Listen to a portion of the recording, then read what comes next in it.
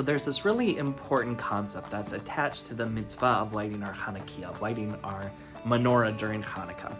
And the concept, this theological idea, is called Pirsumei Nisa, that you are supposed to publicize the miracle of Chanukah, which is why when we light our Chanukah, we put our menorahs in a windowsill or in our doorways so that people can actually see the nes, they can see the miracle of Chanukah. And some famous commentators, including Rabbi Moshe Feinstein, the Ramah, in his Mishnah Brura, a few different commentators asked this really important question, which is, who exactly is this miracle for? Who needs to see the public miracle?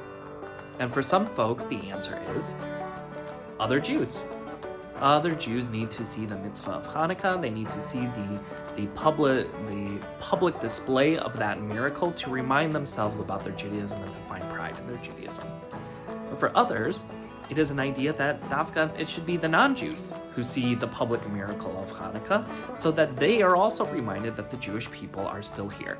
And so I've been thinking a lot about this Chanukah this year, which feels so very different than so many Chanukas past have felt because of all of the pain and surus and the anxiety and the fear of what's going on in Israel and what's going on with anti-Semitism around the world, that I've been asking myself this question, that when we light our Chanukah this year, when we light our menorahs at home and we put them in our windows or we put them in the doors, who are we lighting them for?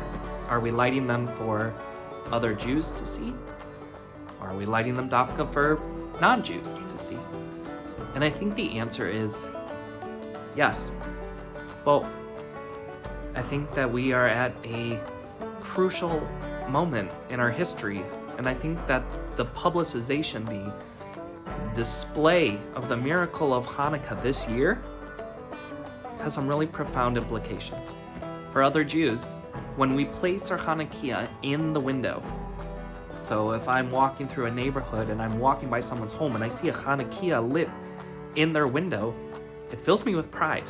And it also says something to me that is really important for me to hear right now when I know I'm not alone and needing to hear this, which is, you are not alone. You are not alone.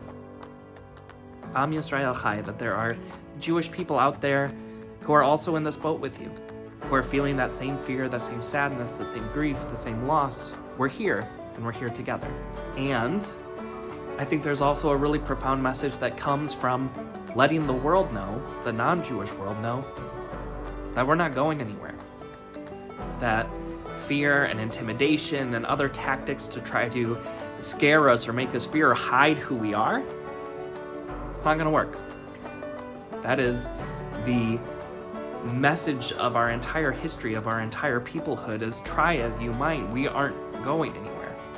So I think the display of a Chanukah in our window or in our door is also a really profound declaration of defiance. And so my message to you, to me, to all of us, this Chanukah is, for whatever reason you're doing it, if it's for other Jews to see, if it's for your family to see, if it's for your non-Jewish neighbors to see, if it's for the world to see, whatever it is, the essence is that we have to publicize our miracle. We have to remind everyone, including ourselves, that we're still here. And that is a powerful and beautiful truth, and that is what it means to be Jewish. And that is what it means to be proud of being Jewish. So as we prepare for Chanukah, as we prepare to light those first candles, let's remember exactly where we're going to put our candles.